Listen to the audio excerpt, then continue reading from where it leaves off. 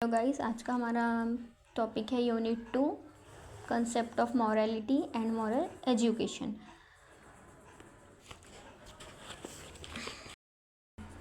What is morality and what is moral education? Let's discuss morality is the system of belief about right wrong guiding behaviour focusing on values like fairness, empathy and integrity.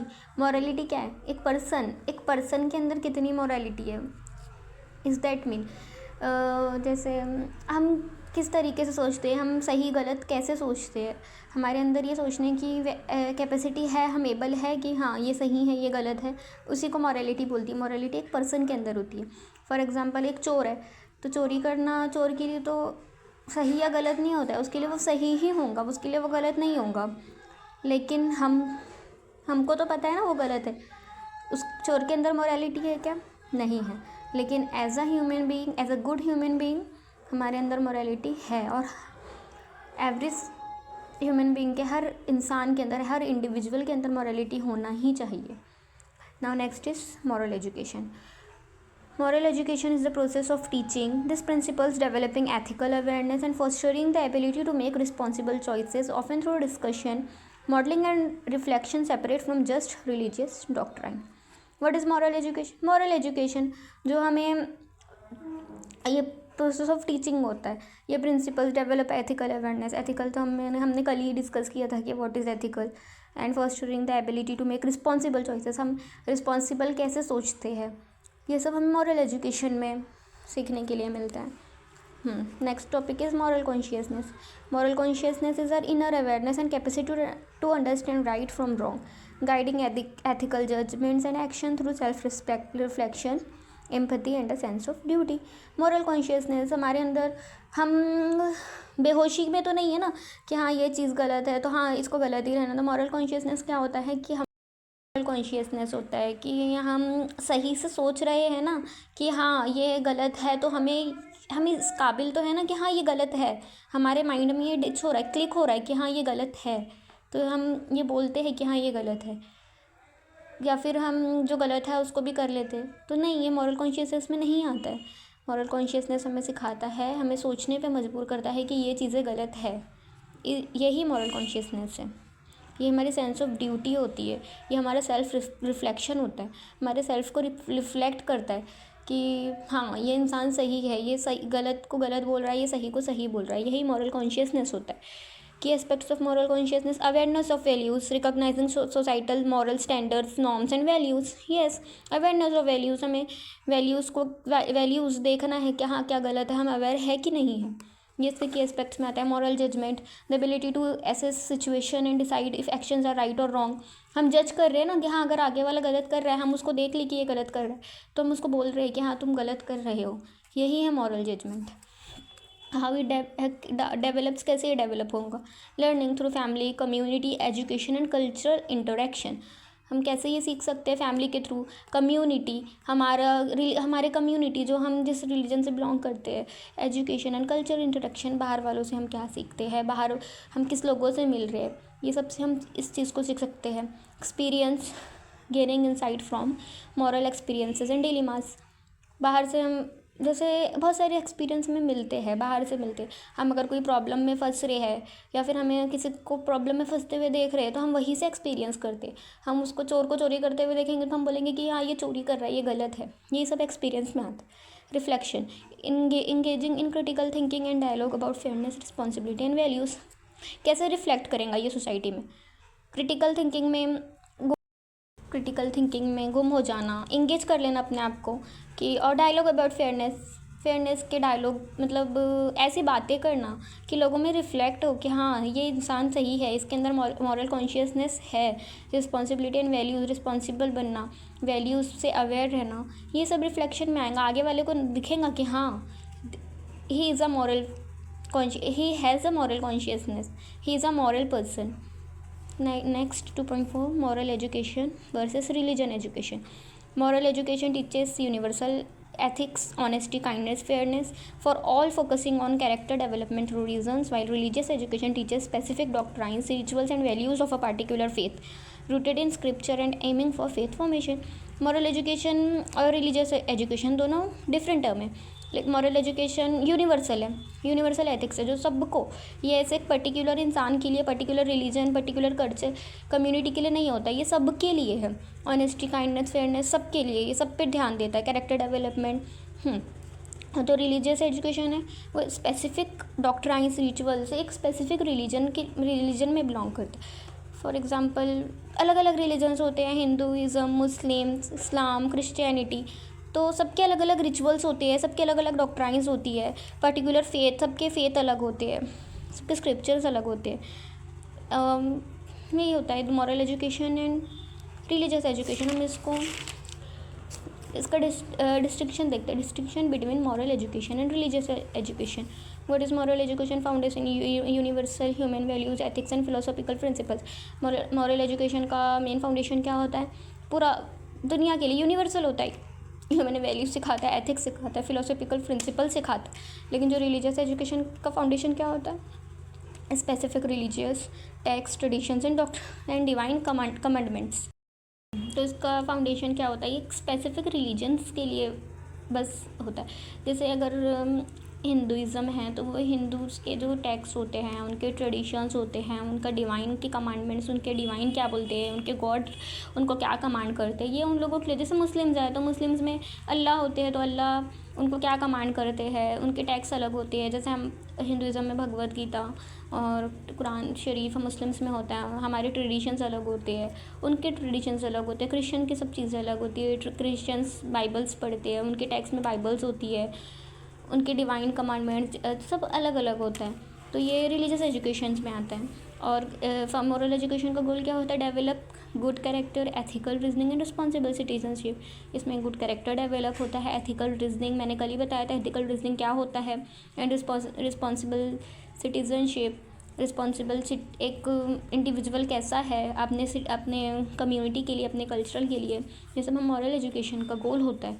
इसका गोल क्या होता है? Instil faith, religious identity and knowledge of a particular religion.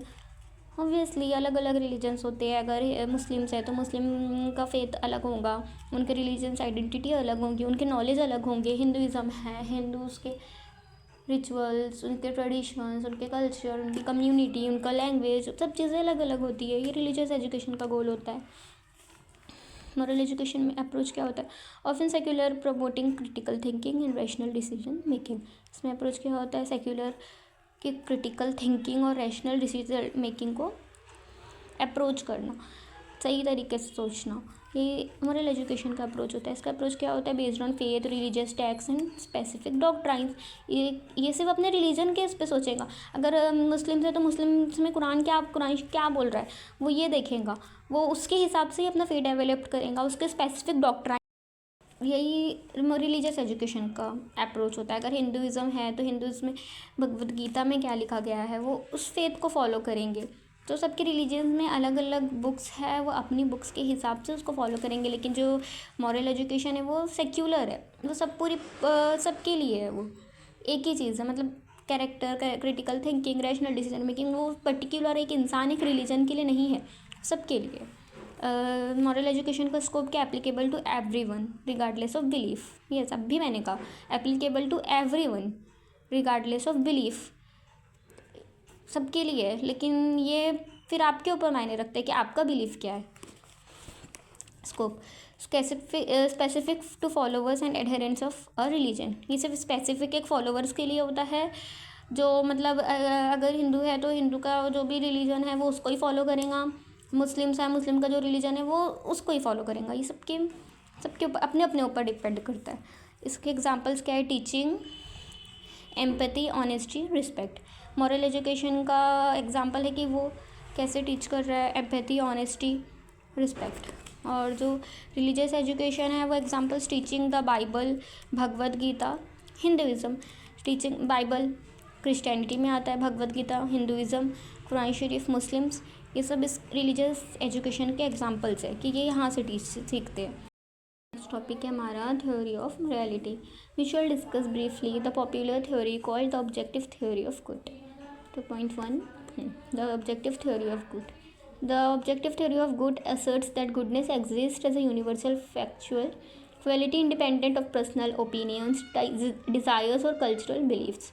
Things like knowledge, justice, happiness, friendship, or autonomy can be inherently good for humans because they contribute to a flourishing life regardless of whether someone wants them or feels good about them. Goodness, universal goodness कैसे exist करती है? एक person की factual quality independent of personal opinion, एक एक इंसान का personal opinion क्या बोलता है, उसके डिज़ायर्स और कल्चरल उसके बिलीव्स क्या बोलते हैं. Things like knowledge, justice, happiness, friendship और autonomy can be inherently good for humans. जो चीज़ें हमारे लिए गुड होती है, जो गुडनेस हमारे लिए होती है, जो गुडनेस एग्जिस्ट करती है एज अ यूनिवर्सल, हम इसमें डिस्कस करेंगे कि principles. Attitude independence, a thing is good और बैड फॉर अ पर्सन और universally regardless of their positive और negative feelings through attitudes towards it's. एक पर्सन के लिए क्या सही है क्या गलत है वो तभी मैटर करेगा जब हम उसको कैसे लेते हैं, उसको पॉजिटिव वे में लेते हैं या नेगेटिव वे में लेते हैं, वो हमारे एटीट्यूड पे डिपेंड करता है. मैं तो मतलब हमारे को हर चीज़ में पॉजिटिव एटीट्यूड ही रखना चाहिए. अगर हमारे साथ कोई चीज़ बुरी हो रही है तब भी हम पॉजिटिव रहो कि नहीं अभी बुरा है लेकिन आगे जाके वो ठीक हो ही जाएगा, वो अच्छा ही होगा. तो हमें हमेशा पॉजिटिव एटीट्यूड रखना चाहिए. एटीट्यूड बहुत मैटर करता है. या तो वो हमेशा वो पॉजिटिव ही होना चाहिए. नेगेटिव रहेगा तो हम कुछ भी नहीं कर पाएंगे. हमारा एटीट्यूड हमेशा पॉजिटिव रहना चाहिए. Next point is intrinsic value. Objective goods are valuable in themselves, not just as means to something. Objective goods जो होता है वो हमारी गुड जो होता है वो हमारे लिए वैल्यूएबल होता है, हमारे लिए ही अच्छा होता है. Not just some means to something else, किसी और के लिए नहीं अच्छा होता है या कोई चीज़ उसकी बेनिफिशियल नहीं होती है. Pluralism, many objectivist theories purpose a variety of goods. Example health, knowledge, relationship. बहुत सारी ऑब्जेक्टिव मतलब गुड्स में वेराइटी ऑफ गुड्स में क्या आती है? अपनी हेल्थ आती है, नॉलेज आती है, हमारा रिलेशनशिप, हमारी अचीवमेंट, हमारे फ्रेंड्स, हमारे लवेबल पर्सन, अचीवमेंट्स, हमने क्या अचीव किया है, हमारे मेडल्स, हमारी ट्रॉफी. हमने ज़रूरी नहीं मेडल्स और ट्रॉफीज़ हमारी अचीवमेंट होती है. एज गुड ह्यूमन बीइंग बनना, सबके लिए अच्छा रहना, ये भी तो हमारी अचीवमेंट है ना. rather than a single one like pleasure in hedonism. How it works in practice, कैसे ये वर्क करेगा? Life quality, a life is better if it includes this objective goods even if the person prefer distractions or doesn't recognize their value. For example, getting a fulfilling job is objectively good for well-being even if someone would rather play video games. The job enhances life quality in an objective sense. इसका example क्या बोल रहा है कि हम एक job करना हर किसी की फुलफिल है, नीड्स है वो अच्छे से रहने के लिए, वेल बीइंग रहने के लिए. लेकिन even if someone will rather play, लेकिन अगर उसकी बजाय उसके रेदर देन मतलब कोई वीडियो गेम्स खेल रहा है तो लेकिन वो गलत है. वीडियो गेम्स खेलना गलत है. वो एक टाइम पे है, हाँ अगर हम फ्री है, हमारा खाली टाइम बच रहा है तो ठीक है. लेकिन जो जॉब जो है वो हमारे लिए ज़्यादा ज़रूरी है. हमारी फुलफिल वेल बीइंग, हमें अच्छे से रहने के लिए जॉब की ही ज़रूरत है, जो हमारी लाइफ की क्वालिटी को इन्हेंस करता है. ये है ऑब्जेक्टिव. ये कैसे हमारे रियल लाइफ में वर्क करता है, ये उसका एग्जाम्पल था. हमारा आज का टॉपिक यहाँ पे ख़त्म होता है. 2.5 तक हमने थ्योरी ऑफ मोरालिटी, उसके की प्रिंसिपल्स, उसके examples, how it works in practices देख लिया है. तो आगे का जो टॉपिक है वो हम नेक्स्ट वीडियो में डिस्कस करेंगे. Thank you.